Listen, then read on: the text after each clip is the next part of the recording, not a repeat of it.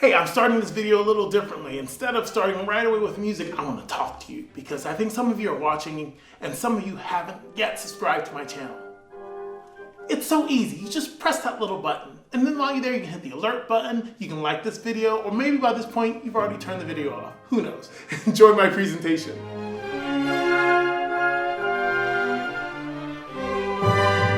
Hey everybody, I'm super excited about today's little installment of whatever this is called, Excerpts with Joe. And I'm excited because I played a lot of music by dead European guys, dead European composers. And not only am I playing a piece written by an American, but this is an American woman who is an African American and happens to be a friend of mine, Jessie Montgomery. Jessie is a violinist. She plays with the Catalyst Quartet, which is a quartet of the Sphinx Organization. And for those of you who don't know about the Sphinx Organization is based right here in the United States, and it is a platform to celebrate the accomplishments of, started off with string players specifically, African-American Latino string players in the classical music industry, but now Sphinx is branching off. Sphinx is an organism within itself. I invite you to go visit their website, and I'll put the link to the website in the description below because it's a fantastic organization I've been a part of since the very beginning of the organization, and it's just great to see it grow. I also gave the closing keynote for the Sphinx conference, which is held annually in Detroit every year. It was right before the pandemic hit back in February, and I'll also put a link for that below in the description, so you can check that out and the message that I have had to give to all my colleagues. But I digress. I am talking about Jessie, and so Jessie, she studied violin at Juilliard, the Juilliard School. I'm not sure where else, but definitely at Juilliard.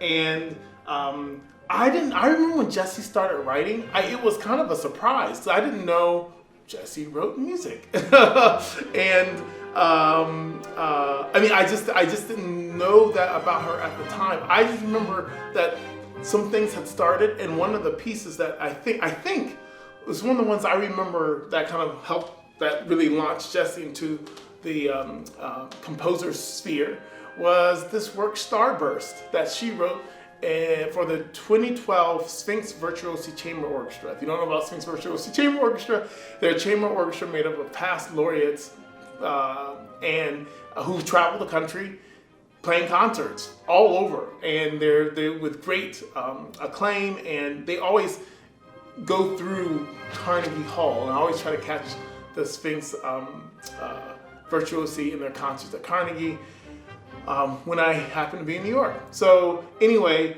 this piece is pretty spectacular. It's just a lot of fun. It's not super long. It's written for strings only, and let me read you what Jessie said about the piece, because I did some research on Miss Montgomery. Okay, here we go.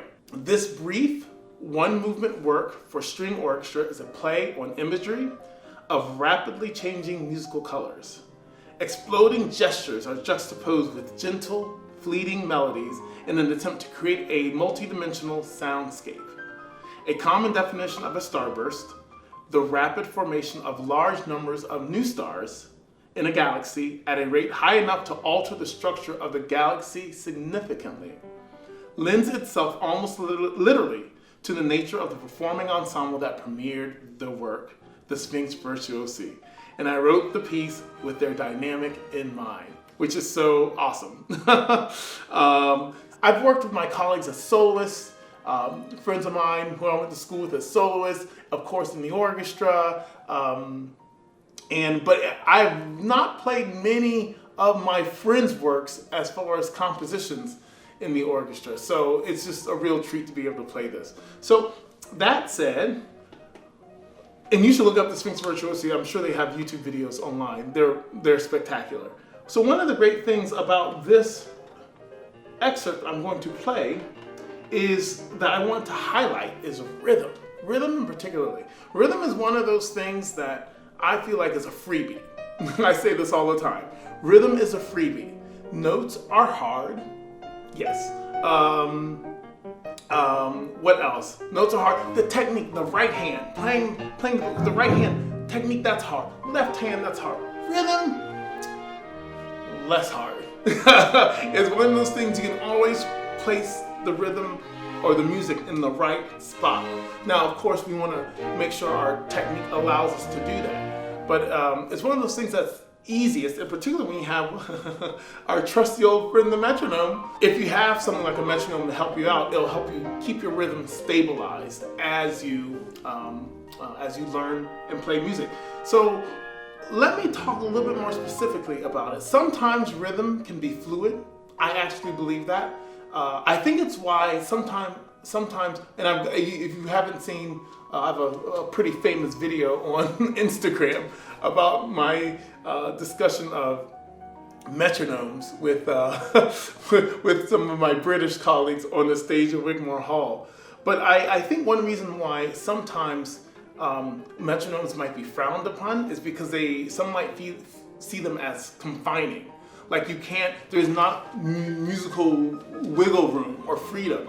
And I actually understand the concept, but from a training standpoint and from a discipline standpoint, for me, the metronome is my friend. As I told y'all, the metronome, yes, great friend in life because it helps keep me honest.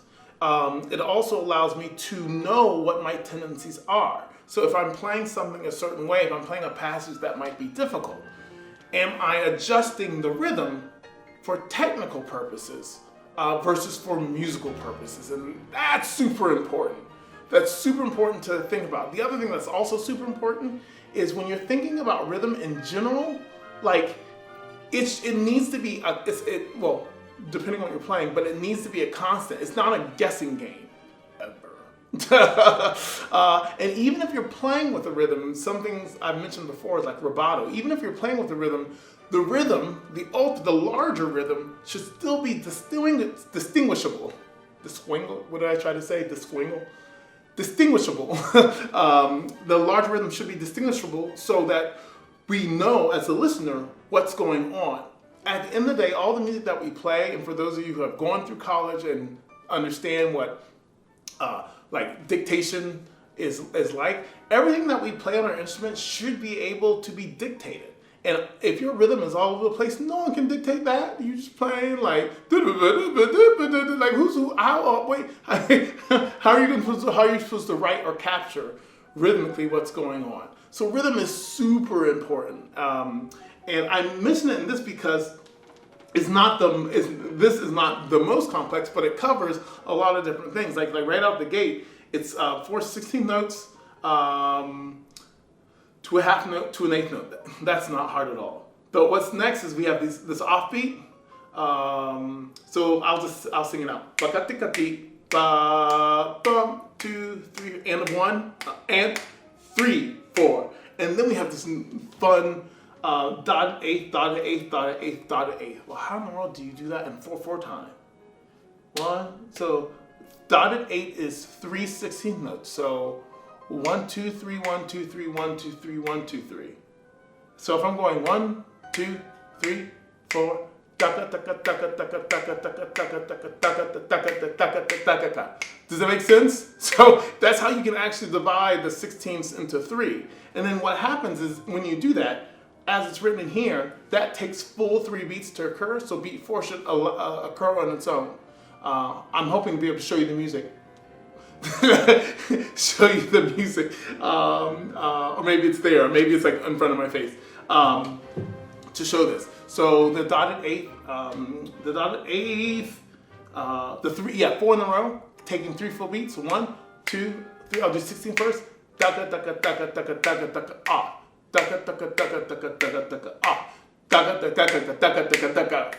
almost did it. I can't do it, y'all. I just can't. Ooh, that's hard. That's why I don't play a wind instrument, y'all. So it's if I do that, I can do that. So 1 2 3 and so I'll do the 16 first. Or da da da da da da da da da da off. Da da da da da da da da da da off. So you can actually change the subdivisions to make some pretty funky rhythms. And again, the better you get at reading music and knowing how this works, the easier it is to be able to ascertain how it fits in the score. And that's why learning these things is really important. So, so that's I'll do the second bar, or third bar, and 2, 3, 4. Da da da da da da da da da 4 da da dee da ta ka ta ka ta. And notice the 16th always stay the same. Da da da da da da da da da da da da da da. And that's how that works. And then later we have triplets coming up. So this is a bar 7. Da ba triplet, taka triplet, 16th or 1 E and a or 4 E and a 4. Oh my gosh. Let's see if I can do that again. So this is the 7th bar. 1 and 2 and 3. Triplet, 16? I don't know how to say that. 1, 2, 3, and 1 and 2 and 3. Triplet, taka triplet, 4 E and a 1. That's what I'm trying to say. But again, it's easier, particularly when you read music for as long as I have, which is a long time. I just see as da ba da da dee da ba da da da da da da, and that's how it works. So knowing how these things work is really, really important. Let's do it again. Metronome. Now, let's say you say, I'm being musical, Joe Conyers. I'm being musical, and I just want to da ba dee da dee dee da dee dee dee dee tom tom dee pom ping ting ta ka tika ting ting tom.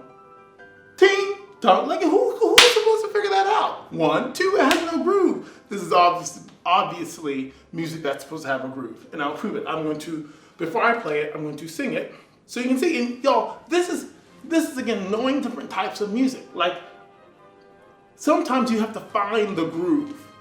Sometimes rhythm is like you have to find the backside of the beat and just sit in the pocket of the groove. And sometimes the music does have a little forward-leaning tendency, and sometimes it might pull back even further for something more like particularly quite legato or lush, something like Mal or something that's super rich, where the tempo might really, really pull. For this, you just want to 1, 2, 3, and taka taka dum. 1, 2, 3, 4, ba be bum be bum bum be bum ba da da dum 2, 3 da da da dee ba da da dee, and you just want to be able to fit right there, right in the pop, without even no hesitation. Bum bum be bum ba da da dum da da da da dee da da dee da da. I mean, it's so honest. It's so nice. I love you, metronome. I love you. Because if you have the whole ensemble thinking of the rhythm in this way, it's the only way we can all play it together. Because there are parts in the rehearsal, we were going through it, and there was a part where all the violins were a little confused, and we had to run it once, and then we ran it again, and it wasn't until the concertmaster was like, oh, I think what he goes, I play on the downbeat, and then the associate concertmaster, the person sitting next to the concertmaster, played on the second of the 16th note, and then the principal second played on the third 16th note of the same beat. So it was da-ka-da, da-ka-da. And again, if they didn't know the piece, or if there was no rhythm, everyone think that you're supposed to play at the same time, and probably for a while they did, until they and once they knew exactly how it fit, then they know exactly how confidently they can play. They aren't supposed to be playing with their peers. That's why also knowing the score is also really important as well. So, but I just love how particularly in music like this, you can have, you can just play with the 16 notes by dividing them in 3.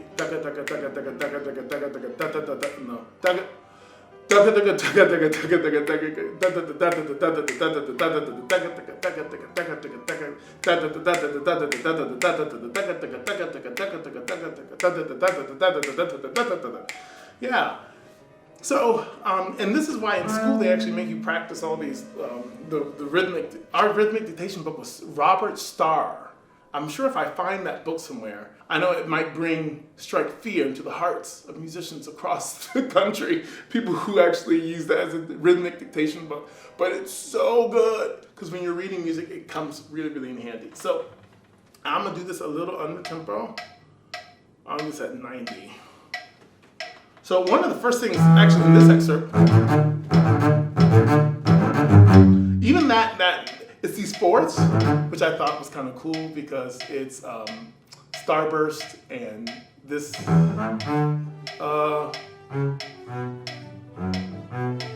that right? Yeah, I think it's right. Isn't that that's Star Trek?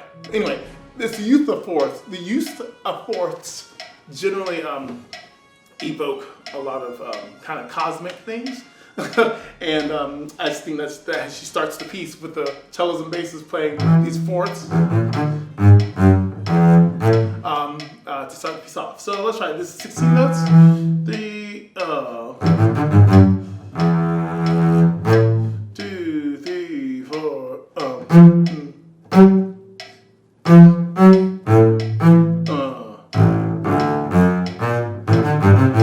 2, 3. Triplets.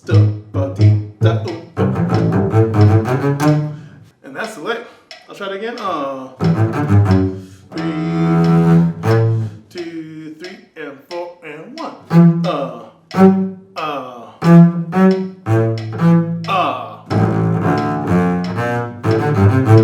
2, 3.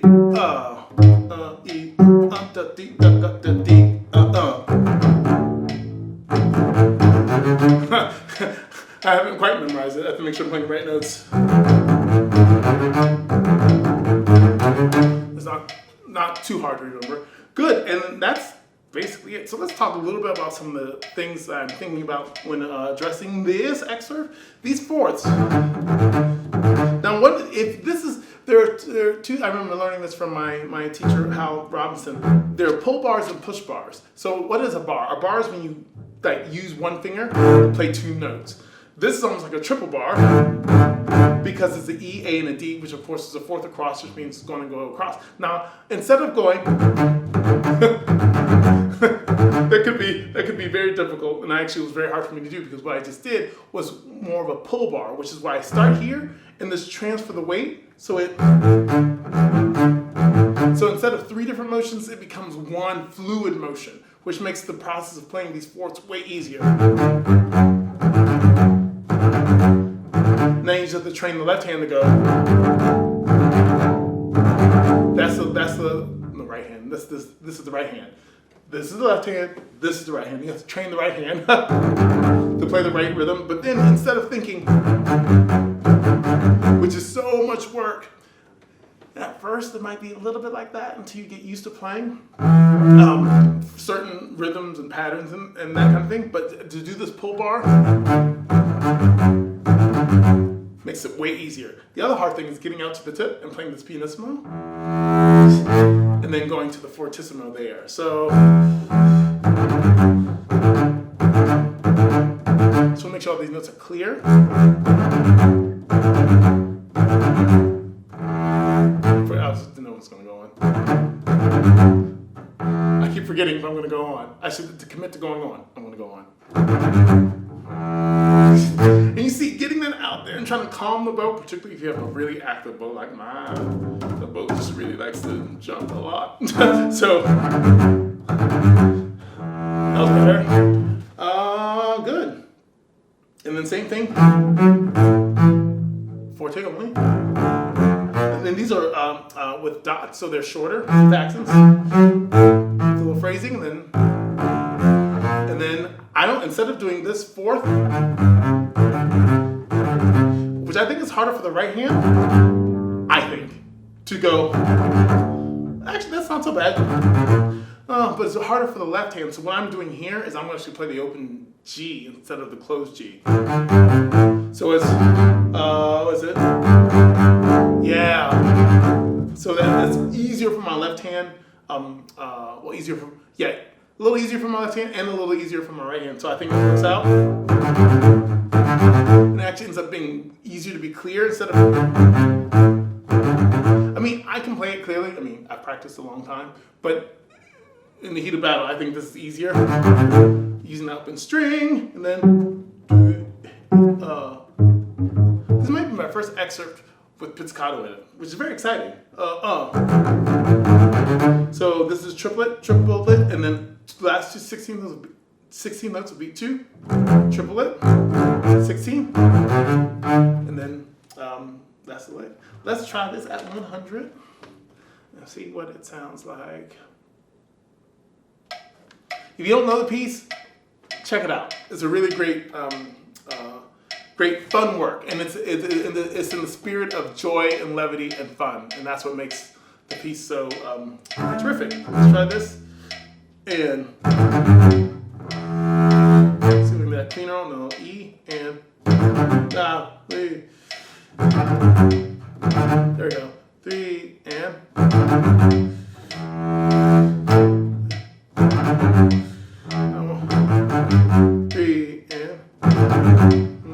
There we go. 2, 3, 4.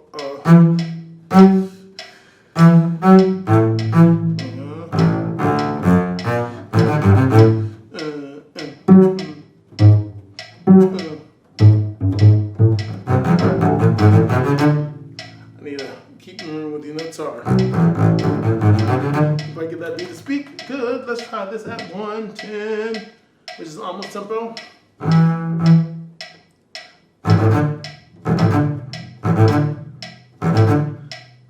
So what I'm trying to do is practice getting that so I can get it clean. Because getting that and getting that G to the F sharp is what I'm aiming to do. Try again and 2, 3,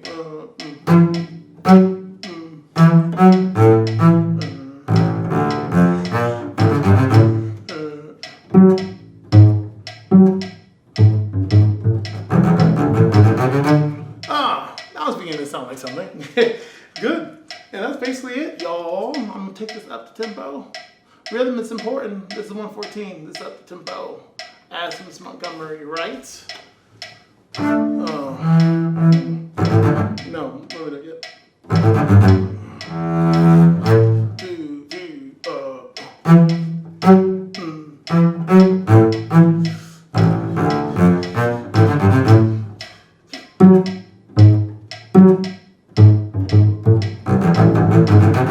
So what's really important to think about, and I think I'll wrap this session up with this. I mean, you see that I can actually rhythmically be in the mood of the music while counting, while trying to play the notes, while doing all these things at the same time.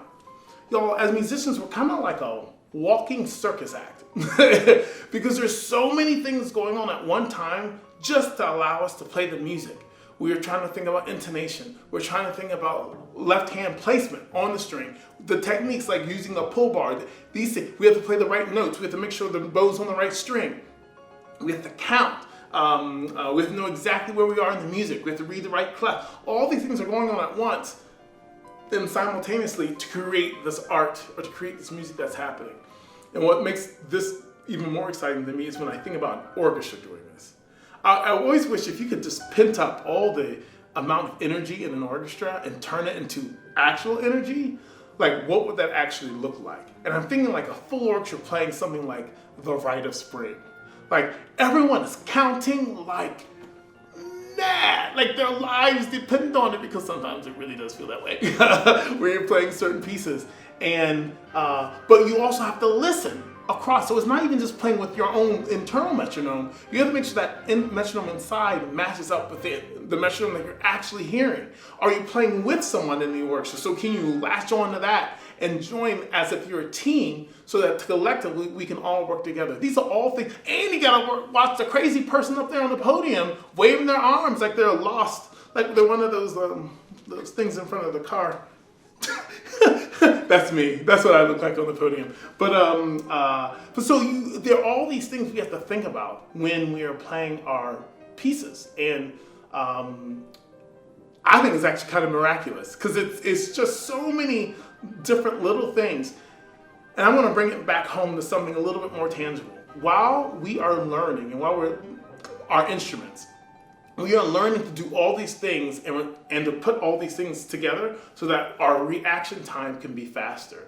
Sure, if you put this in front of me when I was in 6th grade and then just started playing the bass, I would have really struggled with it. I mean, first of all, the notes would have been hard. Playing those fourths would have been difficult. But even playing these rhythms, I could understand the rhythm because if you sang it to me, I could sing it back. Like da, da, dee, da, da, da, dee, da. No, that's not hard. We hear that in pop culture all the time. But to see it in music, there ain't no Mozart with this kind of da, da, dee, dee. No, doesn't exist.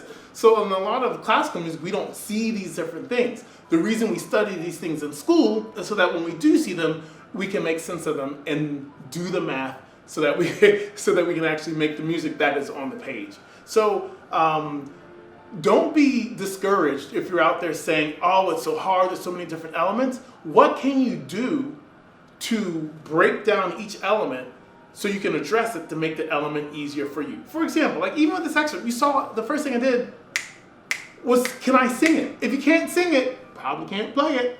Just saying. So da da da dee da da and 2 and 3 and 4 and ga dee ba dee da dee rest ba ba be da ba ga da da and 2 and 3 and da dee da da dee da da dee da da da da da. Like, to be able, if you can do that, that means there's hope, because that means in your brain you understand exactly what's going on. If you can't even do that and you're trying to play like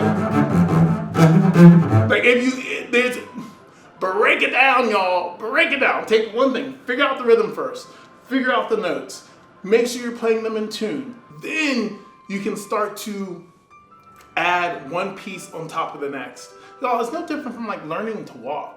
Like no baby comes out of the room and goes like running across the room. No, they have to figure out that they are a person.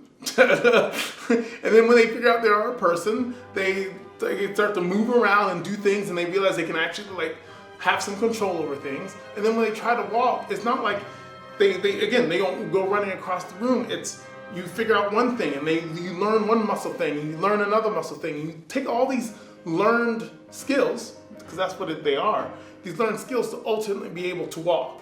And it might be a little wobbly at first, but after a while, I don't know, like 29 years, the length of time I've been playing the bass, you get the hang of it. And so for all of you out there who are feeling like, oh, I can never learn these things or these bow techniques, keep working on it. Break it down, and if you break it down, you can build it up piece by piece, add one layer element after the next.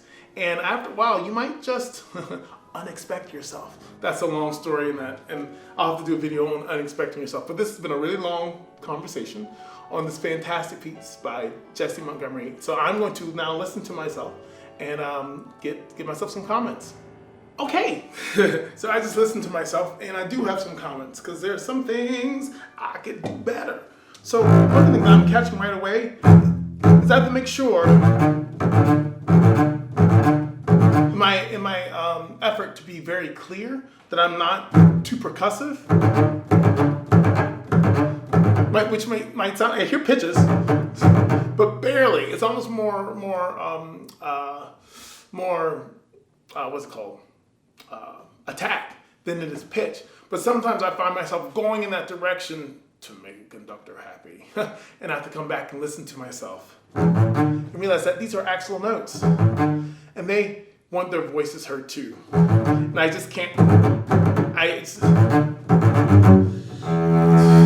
So I hope that actually sounds better while keeping it clear and the diction clear. Is that, maybe I should do different fingering, that might help. I have to pick my poison. I can do one or do as a pivot. It shouldn't be hard, y'all. This is not hard, but I have a real habit of making something that's not very difficult, very difficult.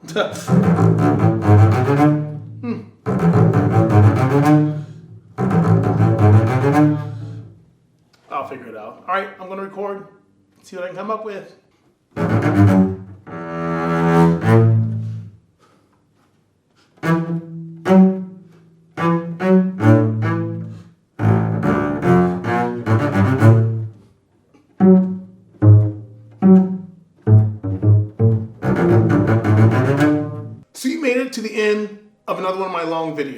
congratulations. And since you made it and you still haven't subscribed, I don't know what you're thinking. I think this is a great time to press that subscribe button. You can like the video too, and you can hit the alert button to let you know the next time I upload my next video.